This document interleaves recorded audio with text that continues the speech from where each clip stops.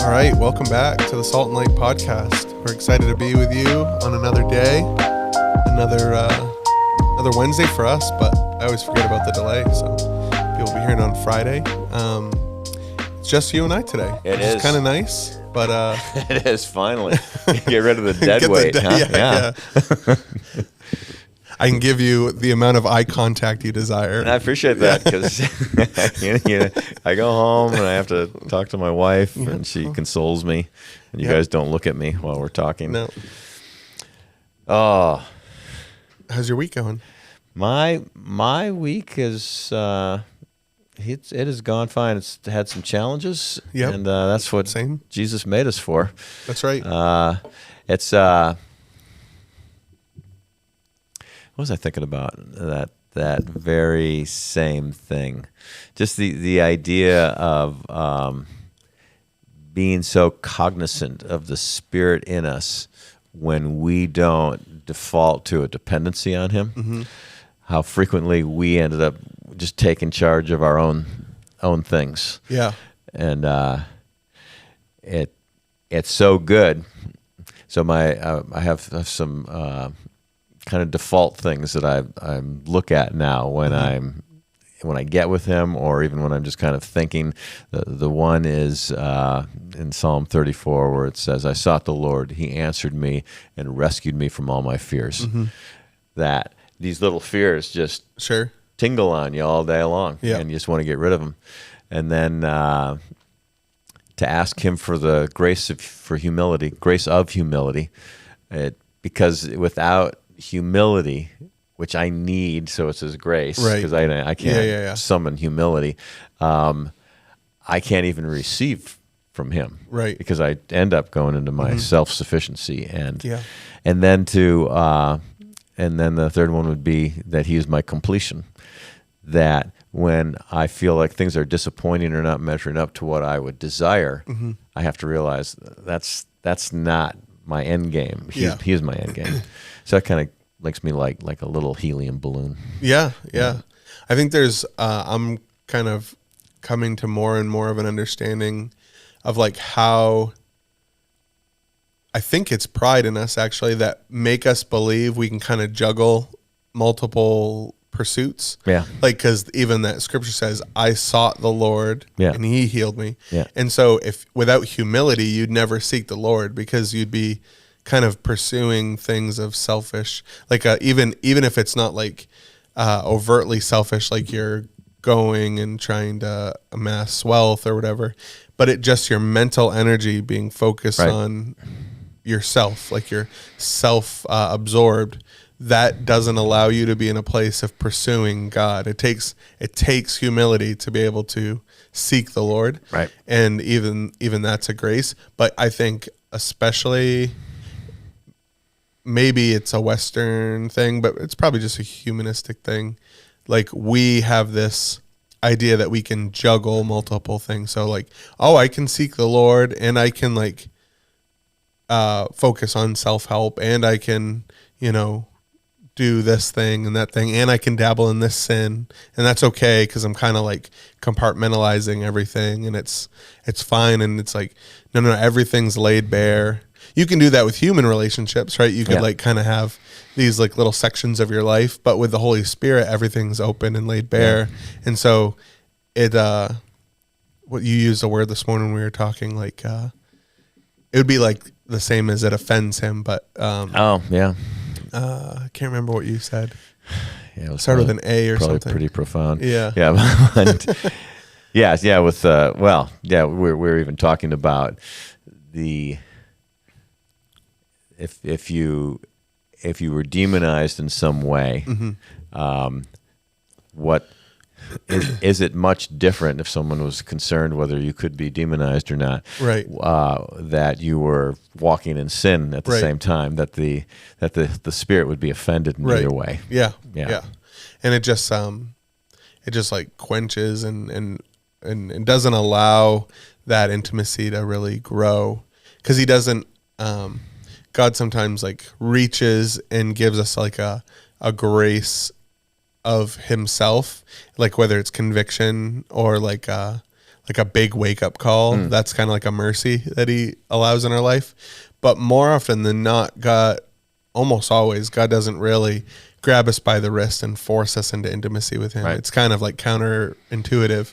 And so when we resist him, he kind of just I don't want to like speak for God, but like it's seemingly when we resist him and do our own thing, he kind of just backs off a little bit and says like, okay, I deeply desire to be with you, but you are choosing your own way, and I can't pursue you into the sin and the things that you're going after. So I'm here. Right. If you turn from it, I'm right here for you. But I can't endorse and engage with you in that. And so you leave the protection, you leave the wing. So you get opened up to all kinds of nastiness, and you certainly leave the peace. Yeah. And that's like something that's kind of wild. You talked about like the fears and the anxiousness. I've come to find that it is truly not situational how anxiousness and fear work. Like everything can be fine, and if you are without him, the fear and anxiousness bubbles, and it just is like, I joke about, I've said this a lot, where like even an ice cream taste tester goes home and vents to his wife about a tough day at work, because like it doesn't matter the situation you're in, it like that angst will find you apart from him. Right. No, they've done studies on that a cashier at a Walmart can have the same stress level as the CEO of Walmart. Right. Yeah. Yeah. Yep. And it's just all what we allow. And so we just really, but it's very counterintuitive to the world how we'd get there. Yeah. Because the world would say, you need to figure out how to attain that. And we know we can't attain that. It's only by like dying and setting ourselves to the side. Right. So what do you think about this then? So when we're in the world fully, we adapted to its ways, and we what's the word for it? I guess adaptation.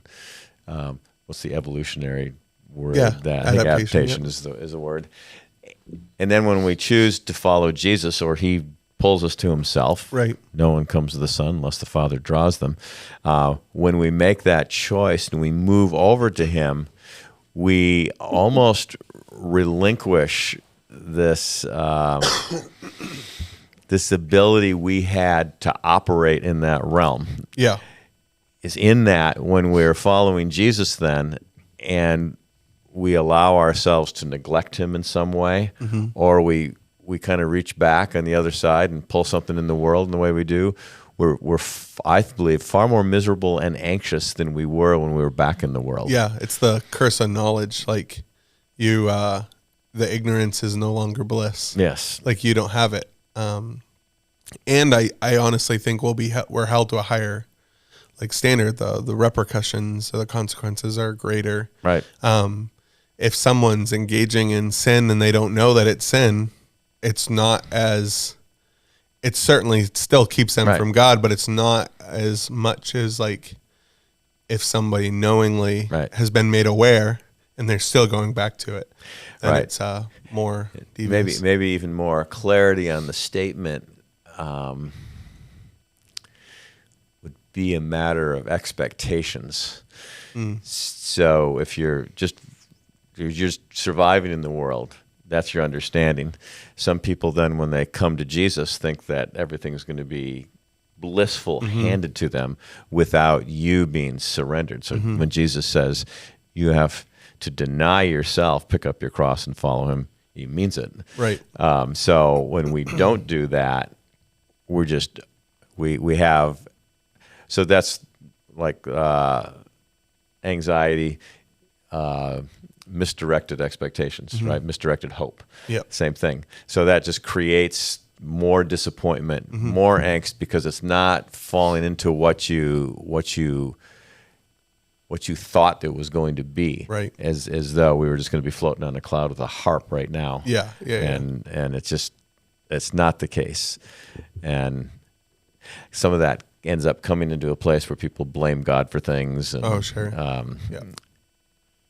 And that's where Jesus says, "In me, you'll find peace. In the world, you'll have trouble, but take heart, He's overcome it." Yeah. Well, I know this is a common interest or favorite of both of ours. So I always found it really interesting, the Matrix.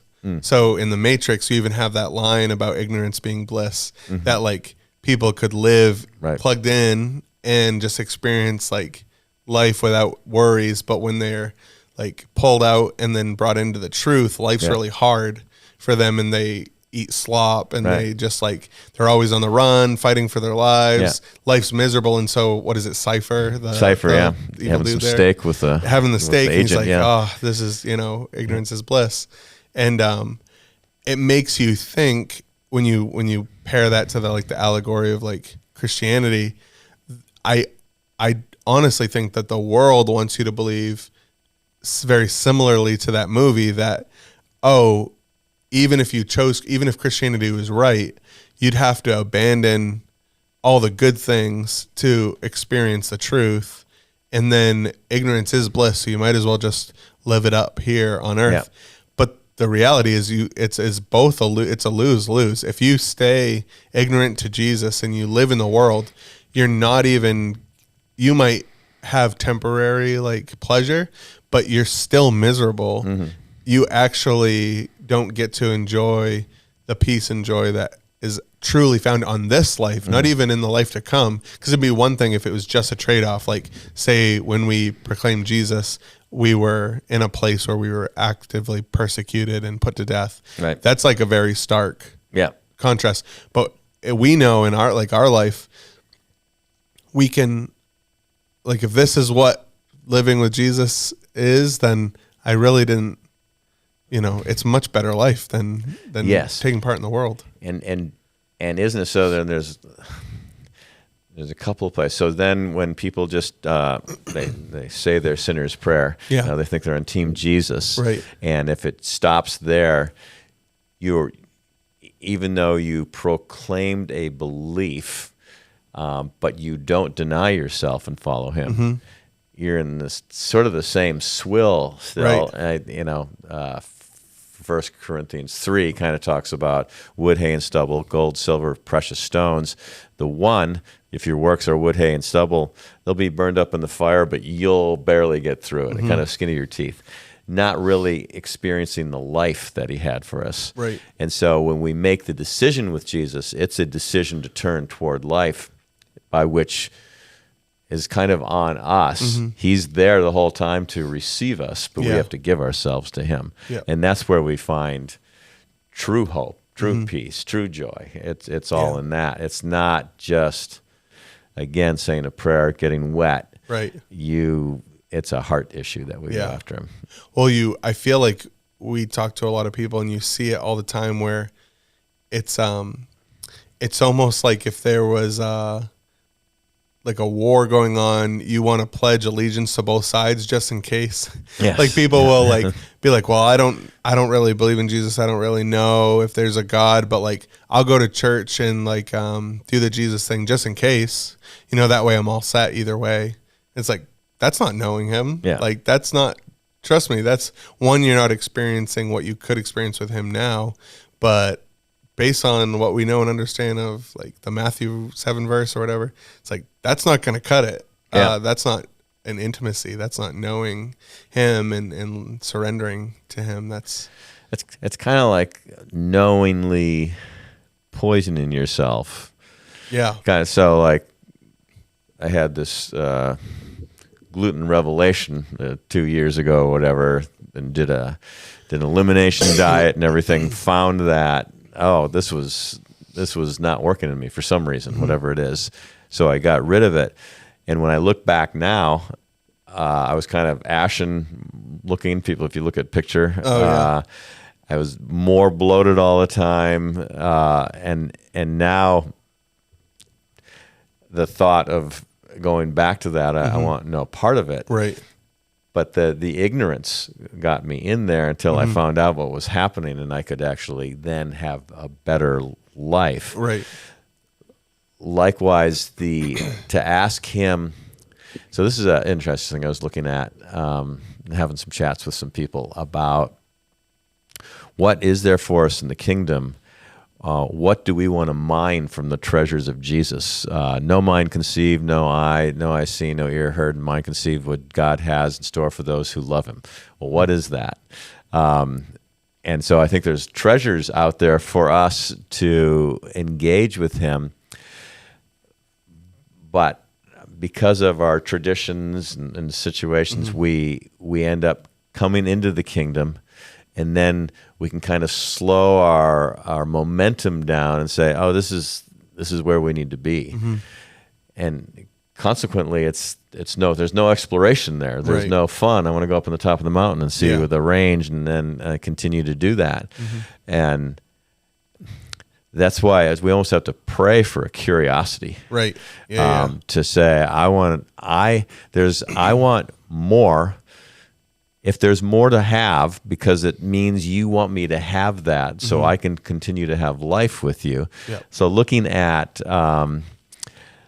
the phrase in two places. So in Acts chapter 2, it talks about they were all filled with the Spirit. They began speaking in other tongues, and people heard their own languages.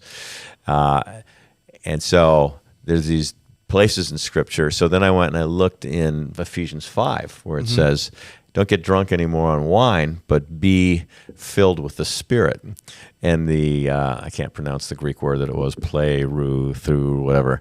But one of the descriptions of it talked about it means to be really filled, and it even used the word in this particular scholar to be crammed full. Oh yeah, I like that. That's what we have. If we are not crammed full, and we can be crammed full of Jesus, well, it's my choice. I want to be crammed. Yeah. And sometimes though that's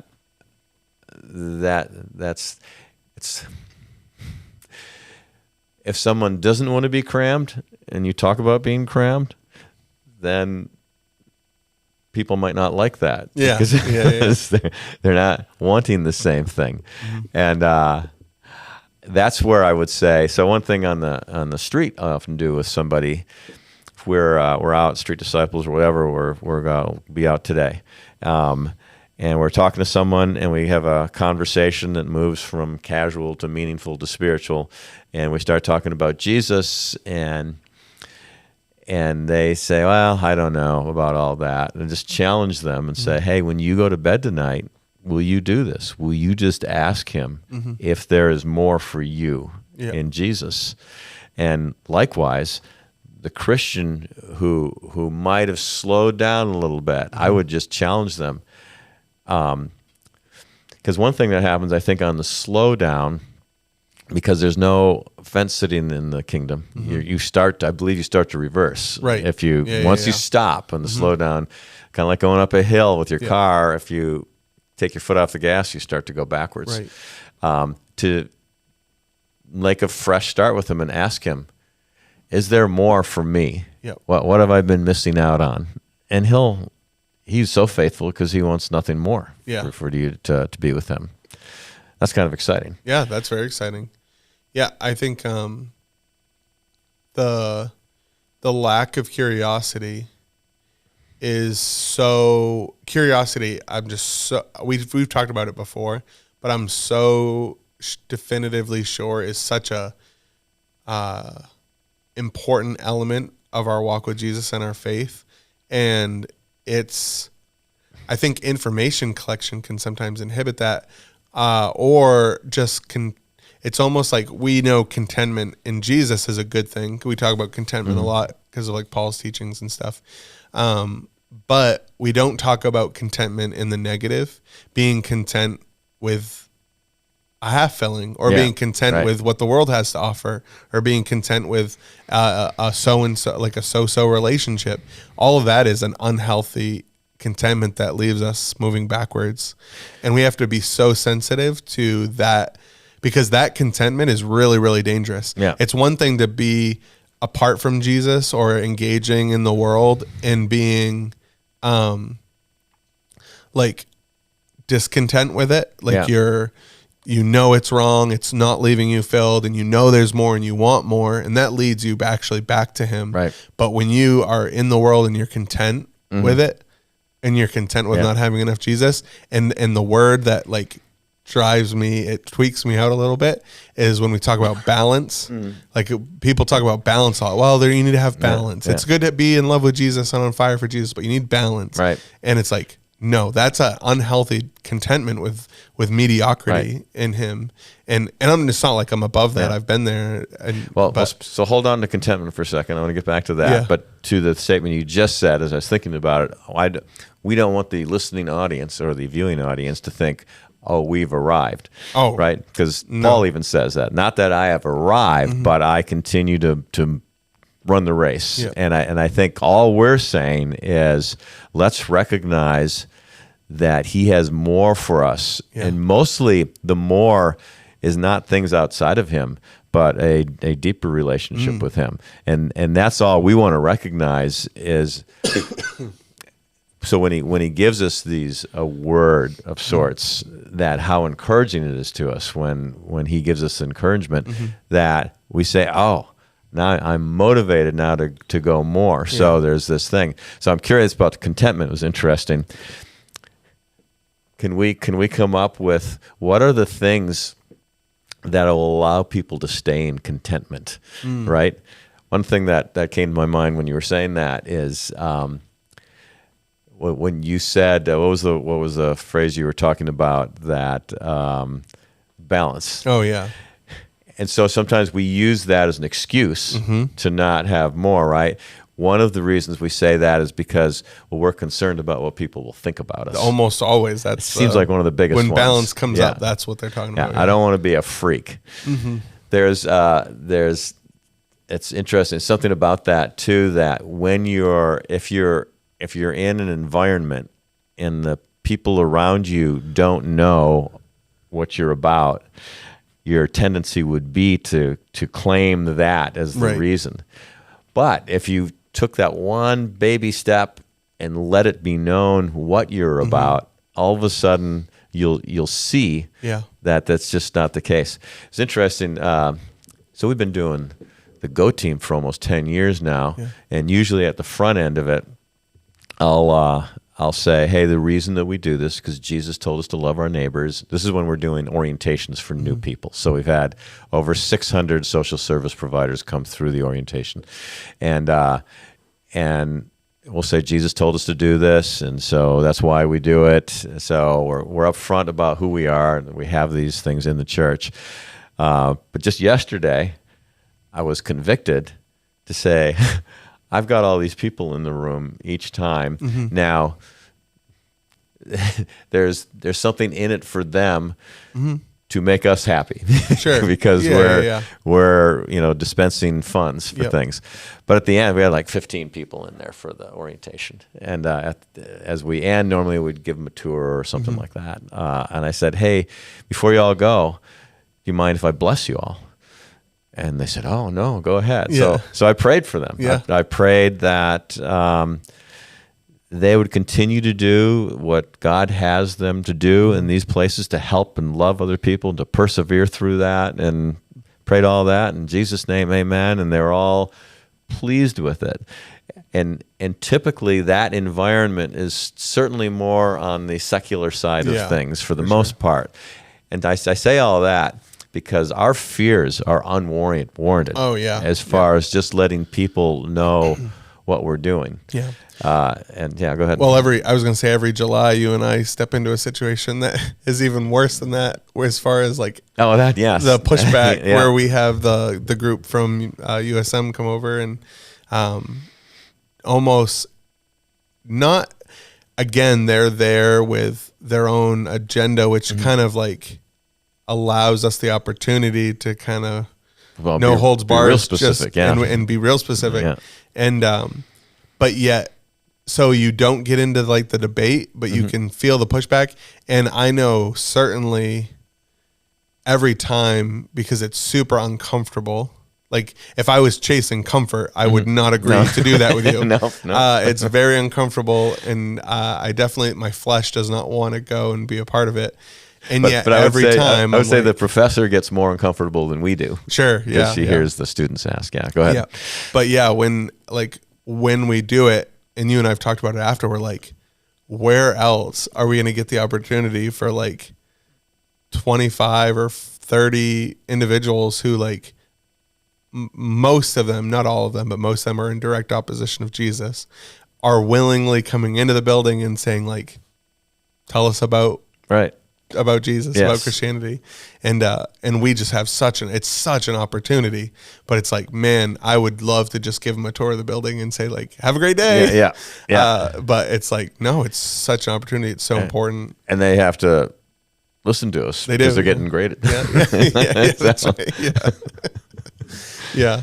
But it's an interesting, but that has really shaped my mind on, what you just said about like being in a room or in an environment and want to be like, no, I want to be, I want to hold back, but it still comes up. I mean, you know, I think I know these things to be true because like I experience them. Like even what I said about like, you had said like us not arriving when it comes to contentment, I have to fight that all the time. I definitely get to places where I'm just feel like I'm coasting and I have to be like, whoa, wake up. And that happens all the time because there's no neutral, like you said, with like and I almost think, when like the idea that we've not arrived, oh no, it just went out of my brain, but, like what was I going to say? I think it's like the curiosity and I was going to bring up when you were talking about that, you talk sometimes, which I think is a very, very necessary prayer. If you're going to choose to indulge and allow Jesus to like fill you up, the prayer for capacity. Oh yeah. Because I know in seasons where I'm like really pursuing him and really allowing him to speak into me, the sweetness is unmatched, right? You get to experience him. It's unlike anything, but yet even in the midst of that, my flesh is almost like it's on an unbearable level. I'm like, I'm so tired. Like I can't take any more conviction. I can't take any more like sensitivity to the world. I'm like, just let me relax, Jesus. That's what I want. I'm like, let me relax. No, don't you get specific sometimes when he's being poured out and to that, the prayer of more awareness, so we're hearing him, more frequency that he comes to us more, but then more capacity when he does. Yeah. And sometimes after like 5 minutes of that, I'm thinking, I just want to look at Amazon or something like that. Oh yeah, because it's not natural because we're products of the fall, and so everything he's giving us now is stretching us and that's why I always I know the science isn't even there anymore necessarily, but if we only use 10% of our brains or something like that I feel like he has the other 90% reserved for him, right? And so he's stretching all that, and it's so good. Yeah. Well, and it's uncomfortable, right? I even shared, I think I shared it with a children's team, maybe at one of my devotionals, but I'd come out of like, he had been convicting me about this certain thing for a while. It was about my attention, and I go through like the seasons of it like anybody, but it was like a season where he was definitely asking for more of me. And so I felt like I needed to reserve more time for him and kind of give up like really watching anything. So I was like not watching movies or YouTube or TV, and I was just spending more time in prayer. And it was so uncomfortable where I was like, my flesh just wanted to like relax and just take it easy. And he created and he put in me like a discontentment for that. And I almost shared, I was like, walking through that was like a season of mourning. I had to mourn the like ability to indulge in those things because he was like showing me, I remember like in the midst of it, because I was like fasting at the time, I was like fasting and spending a lot more time in prayer. And I like sat down. I think Jordan had gone to visit somebody or whatever, and she had taken the boys with them. So I was like home on like a Saturday or whatever, and I just was like gonna watch a show. And I like sat down and I'm just like scrolling through, and I felt conviction about everything. Yeah. And I'm like, well, this is ruined. And I was like, that's how I felt. Jesus is such a spoiled sport. Yeah. Yeah. But he's like spoiling things that leave us. It's like sugar. It's like, oh, you can't have the sugar.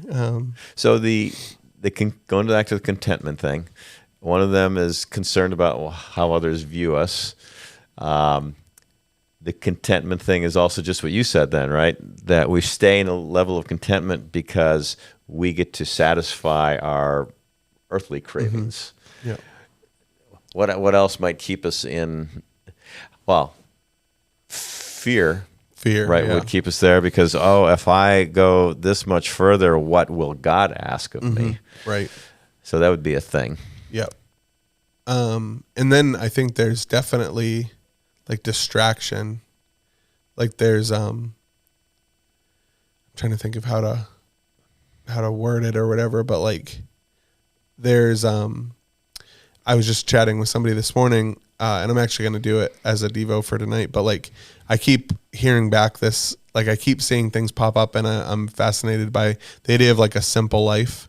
I think I shared it the other day, and what you realize is there's a sacrifice to be made with a simple life. Like your spectrum of things to be enjoyed kind of narrows. That's what the person I was talking with kind of described it, is like this, what you indulge in narrows, and it feels like you sacrifice and give up. Yeah. But yet your contentment and ability to be content grows. Like it's way easier to be content with that narrow like focus versus if you had a wide spectrum of like, oh, I have all these aspirations and this career stuff that I want, and I have all this like I want to go on all these vacations and trips, and I want to establish myself and gain this notoriety, and I want to move up in my job and get this title and that title. When you have all these things that kind of commandeer parts of your heart and your affection and your attention, it's very difficult to become satisfied and content because it's spread over so many things, but it also, all those things kind of divvy up your time and attention that's for the Lord, and then you have very little to give to him. And so the idea of living a simple life is so wise to me. It's becoming more like wise to me because I'm like, oh, it narrows the focus, allows for contentment, and allows the focus to be on Jesus. Right. Not that we can't have anything, but what we choose to keep in that focus should be narrow. You make me think of, when you're talking about that, is there can be a secular mindset toward that as well, and we're asking for a supernatural one to put us in this place. I was thinking of like Warren Buffett, right? He's got this little ranch house and living in Oklahoma or something like that. And then I was listening to a podcast about this guy who wrote a biography on Elon Musk. And again, very simple. Right. He doesn't want anything. Yeah. But in both cases, there's a certain obsession with what they want to develop. Now, Elon, his obsession would kind of be more toward, he says he wants to do good. Right. And I believe that could be the case, that he's striving after good, which is still degrees off of God. Yes, right? It's good determined by him, Yes. which is always subjective. But it was funny listening to it. This is a little bit of a non sequitur then, but listening to it, one of the things that I was thinking about, because we were doing Tuesday night prayer, and we kind of moved away from that so far this year, but I still wanted to do something on that time. So what I was feeling like I wanted to do was be able to go more downtown somewhere and just gather there, whoever wants to gather there, not to be evangelical or anything, but just to pray there. And so I was thinking about that more and more, and I was out with Michael last Wednesday, and as we were walking around downtown, I said, hey, I want to fulfill this fantasy that I had, which was to sit across from Elena's way off across Preble Street and just sit against the bricks of this building and just put the hat down and just pray. There. And there were a couple of guys about 10 feet away from us. They were shooting their heroin or fentanyl up, whatever, and he was handing out needles to other people that were walking by. But it just felt so kind of right to be there. Yeah. It was interesting. So I said, okay, I think I like this, and the weather's appropriate now, so we could kind of do this for a period of time. And so I was thinking about it. Was it yesterday? Yeah, it was yesterday. I was going for a run in the morning, and I was listening to that, and one of the things that Elon said was so interesting. So just before that, I was calling up Tom to say, hey, when we go out today, which is Wednesday, let's look at some places that we can pray and do this if you're in. Because I needed to have some people who were in. Sure. I don't do it alone. And so before I got him on the phone, I was just about to do that. This guy was talking about Elon. And one of Elon's sayings, or whatever word you want to say, something that that he says, you have to go to where the problem is. And I felt like he was a prophet saying to me, yes, keep doing what you're thinking of, which is so interesting. Because he said, or go to where the red line is. He said, you have to physically go to where, add that, physically go to where the problem is. And it's obviously, like a confirmation. Obviously, that's where there's a lot of problems around that area. And so then I said, oh, wow. So I called Tom up and said, hey, this has just happened. But it's so interesting how God will use anybody for like a word from you. That's why I even kind of just... you got the map of things so we can kind of look at where those will be. And who knows what will happen. But just in the curiosity, in the discovery thing we're talking about, feel free to just take one step at a time. Because it's almost dangerous to get this huge vision and dive into it. And it's kind of like the parable, who goes to war without first counting or who's going to build a tower without seeing what's happening. But then the other thing that, as he said that phrase, even though I was kind of thinking that way about you need to go to where the problem is, as I think there's an element where people misrepresent what Jesus says when the gal was pouring perfume on and everything, and I don't know, Judas or whoever got all up in arms of that, hey, that could have been given to the sold, given to the poor, and Jesus said, you will always have the poor with you. And I think that was less of a saying, oh, you're going to have poor people come around you, more of saying, no, you'll always be with the poor. That's what you have to be with. And so he'll bring about these, when we give ourselves over, all this I guess to say, is when we give ourselves over to his purposes and mostly his relationship. Because talk about striving, if we try to do all these ministries out of our own flesh. It'll beat you down. But when you do it alongside of him, you start to see these kind of miraculous things happen, like we see with the freedom prayer frequently. No, I mean, that is like something to just double down on, just for the listening audience too, is because what you might hear out of this conversation is like, oh, I got to get involved and do more. Well, I trust me when I say, if you do that apart from giving yourself over to Jesus more and abiding more, you will become exhausted and will want to give up. It's just like even a freedom session, like they're exhausting, but yet it's a joy of seeing the kingdom, it working hand in hand with the Holy Spirit, and then seeing God do what only he can do, that just energizes you in a way that's supernatural. And that's because physically they're so taxing. There's a reason Jesus said it that way, abide in me and you will bear fruit. He sees that follows that. But I know, especially for like people who grow up in the church, the tradition of like, well, you need to do X, Y, and Z. It is so hard to break from that expectation, and so hard to break from that being the lens that our mind looks at everything, because the enemy just wants to heap on shame and guilt and almost like a person I was just talking to recently, they said that they were reading through Isaiah, and like when Isaiah comes into in his vision, when he comes into the temple, and it says like the robes are flowing and it's thick like smoke, and he says like, woe is me, I'm a sinner of unclean lips, I live with people, sinners. And he said as he was reading that, and the angel pressed the coal to his lips and is basically like, you're all set. Yeah. Like he said that really stopped him in his tracks, because he's like, what do you mean that's it? Like, doesn't it require more? And it's actually pride in us that make us believe, well, there has to be more that I have to do to earn or to get into this place. And it's like, no, that's a bad way of thinking. Like, it has to be in the order of Jesus, then the doing. Right. It cannot be in the reverse order, right, or it's upside down and it goes sideways really fast. That goes alongside with your simplicity piece of the conversation. That when you start to look at that, you see how there's a satisfaction with that. The other end of simplicity is accumulation.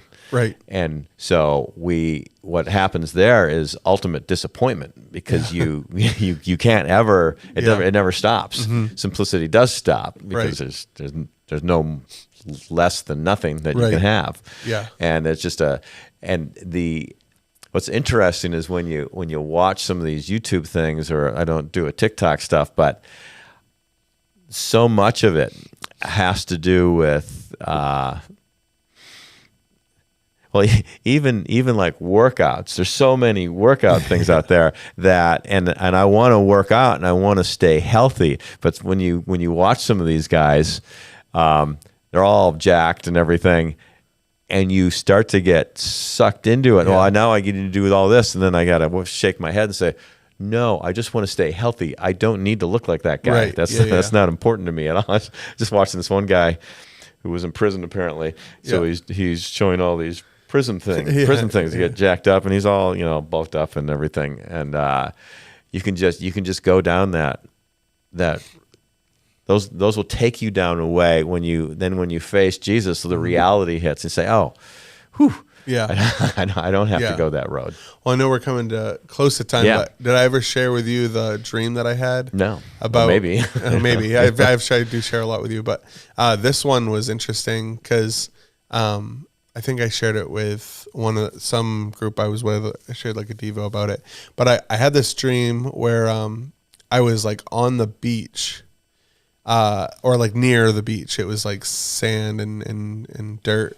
And for whatever reason, I don't know, I kind of like, my recollection of the dream was kind of like in the middle of it. So I don't know how I got there or why I got there. And I don't even know why, but I knew the goal was for me to dig a hole and like go like get as far down as I could.